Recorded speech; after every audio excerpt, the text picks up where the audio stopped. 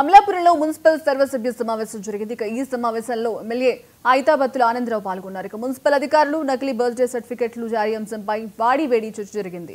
Municipal అధికారులు అవినీతి పనితీరుపై వైసీపీ కౌన్సిలర్లు ప్రశ్నించగా కౌన్సిలర్ల మాటలను పరిగణలోకి తీసుకున్న ఎమ్మెల్యే ఆనందరావు లిఖితపూర్వకంగా ఫిర్యాదు చేయాలని సూచించారు. నకిలీ సర్టిఫికెట్ వ్యవహారంలో ఎంతటి వారు ఉన్నా చర్యలు తప్పవని ఆయన హెచ్చరించారు.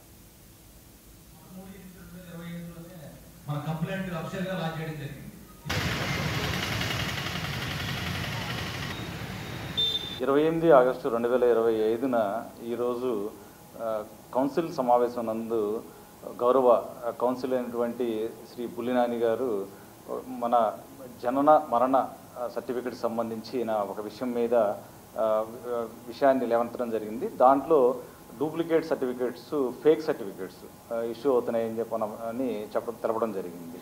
అదే సమావేశానికి గౌరవ మన శాసనసభ్యులు శ్రీ ఐతాబత్తుల ఆనందరావు గారు కూడా అటెండ్ అవ్వడం జరిగింది. సో గౌరవ ఎమ్మెల్యే గారు వాటిని రిటర్న్ కంప్లైంట్గా ఇవ్వమని చెప్పని తెలపడం జరిగింది. దీని గురించి ఈరోజు వివరణ నన్ను కోరడం జరిగింది.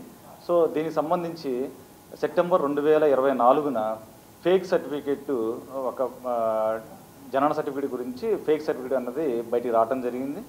వచ్చిన వెంటనే నా దృష్టికి 15 ఆగస్టు 2025న తీసుకురావడం జరిగింది. ఆ రోజు సెలవు దినం అవడం వల్ల 16 ఆగస్టు 2025న వెంటనే దాని గురించి మా దగ్గర ఉన్న రికార్డ్స్ ఏవైతే ఉన్నాయో ఆ రికార్డ్స్